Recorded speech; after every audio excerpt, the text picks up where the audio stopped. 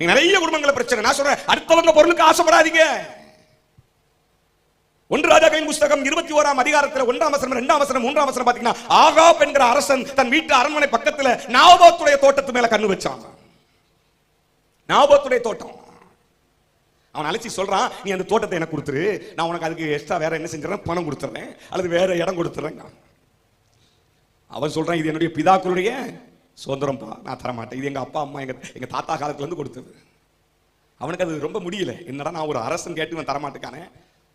கடைசியில் அவன் மனைவிட்டு சொல்லி, மனைவி என்ன பண்றாங்க, தவறான பிளான் போட்டு இவன் ராஜாவை தூசிட்டான், தேவனை தூசிட்டான், 2 பேரை குற்றம் சுமத்த வச்சு அவன் மேல வீண் பலியை சுமத்தி அவனை பொதுமக்களுக்கு முன்னால கல்லெறிந்து கொன்னு அந்த சொத்தை அபகரித்து கொண்டான்.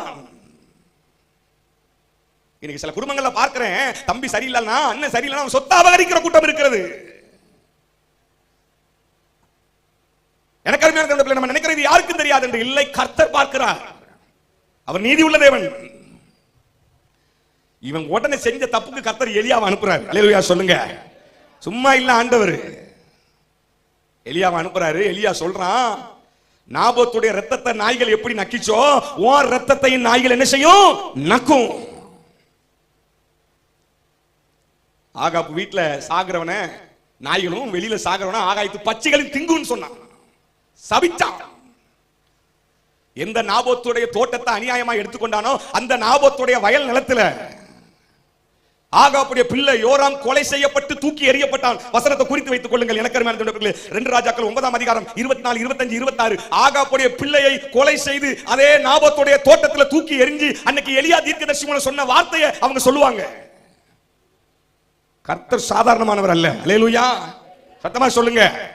ஆமா, யார் சொத்துக்கும் ஆசைப்படாதீங்க, நமக்கு இருக்கிறது போதும். அதனாலதான் 10 கட்டளையில் அவர் சொல்லுவாரு, பிறனுக்குள்ள யாதொன்றையும் சொல்லுங்க, அவன் மனைவியை இச்சிக்காத, அவன் வீட்டை இச்சிக்காத, அவன் பிள்ளையை இச்சிக்காத, அவனுடைய எருதை வச்சுக்காத, அவன் கழுதையை இச்சிக்காத, எதையும் இச்சிக்காத. நிறைய பேருக்கு இச்சை, அவன் இதை வாங்கிடலாமா, இவன் இதை வாங்கிடலாமா, தம்பிக்கு கொஞ்சம் கடன் கொடுத்து அதை ஏமாத்தி வாங்கிடலாமா, தங்கச்சிக்கு கொடுத்து ஏமாத்திடலாமா, அப்படிலாம் இருந்துடாதீங்க. பைபிள் நான் சொல்றேன்.